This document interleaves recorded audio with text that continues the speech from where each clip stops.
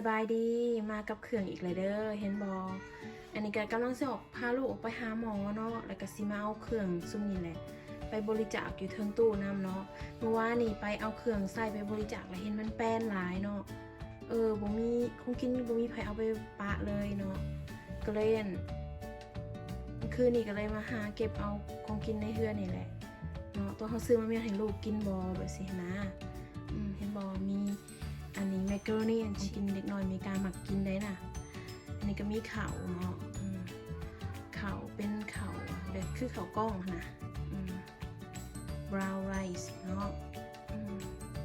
แล้วก็มีพีนัทบัตเตอร์เนาะซื้อมาเมียนเห็ดแจ่วซุกี้เนาะเห็นบ่พีนัทบัตเตอร์นะก็สิปั้นไปให้เพิ่นบริจาคนำเนาะแล้วก็มีจูสมีน้ำหมักไหม้เนาะแล้วก็มีนมมีหมักถั่วแดงถั่วดำเนาะซื้อมาเป็นเห็ดน้ำหวานมันถือเด้ตั้งแต่ซื้อได้มันลดราคาเนาะก็ซื้อมาเมียนเพราะว่าเขาสิไปซื้อหมักถั่วแห้งมาต้มคือเห็ดน้ำหวานบ้านเฮานะบางเทื่อมันก็บ่ไหนมันบ่เป็นคือแบบบ้านเฮาจังมันเป็นไดเนาะมื้อนี้อากาศอยากครึ้มหนาวก่อนเมื่อวานนี่แล้วก็ครึ้มเนาะบ่มีแดดไปเด้อ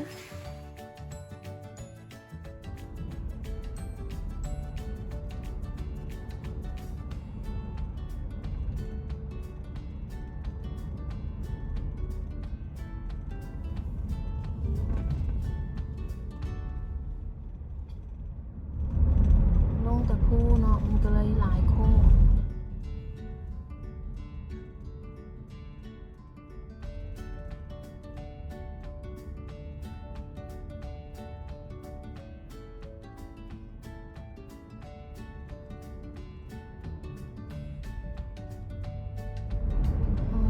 โค้งอีกแล้ว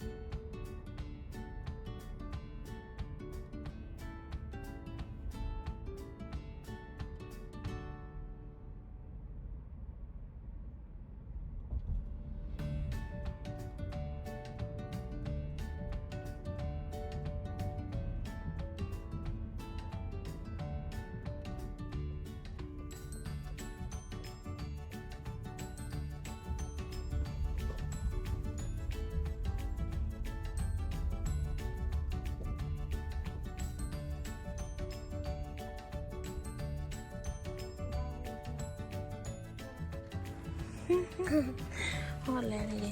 เครื่องนี่ก็เป็นเครื่องที่เอามาบริจาคเนาะนำการเนาะสาธุได้ทั้งผู้ให้แล้วก็ผู้เบิ่งเด้อเนาะสาธุจังซี่แหละเฮ็ดบุญจังซี่แหละข่อยนะวัดก็บ่ได้ไปเด้เนาะมาคลีนให้พ่อ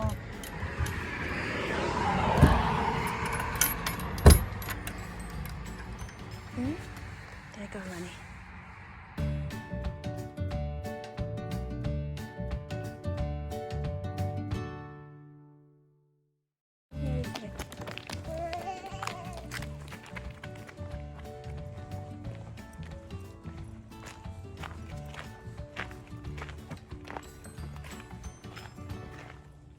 ขึ้น come on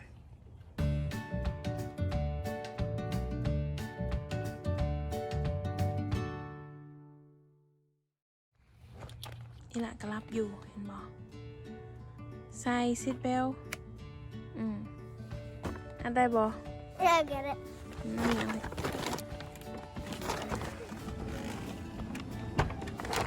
นอนนี่ปกอาย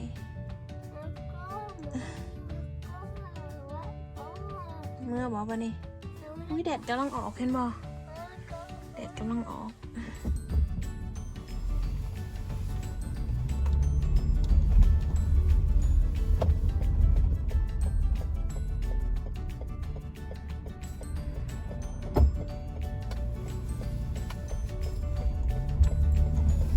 3:15เลยเนาะเดี๋ยวนี้เจ้าไหนบักอายกับมาแต่โรงเรียนเจ้าไหนแพทริกกับมาแต่โรงเรียน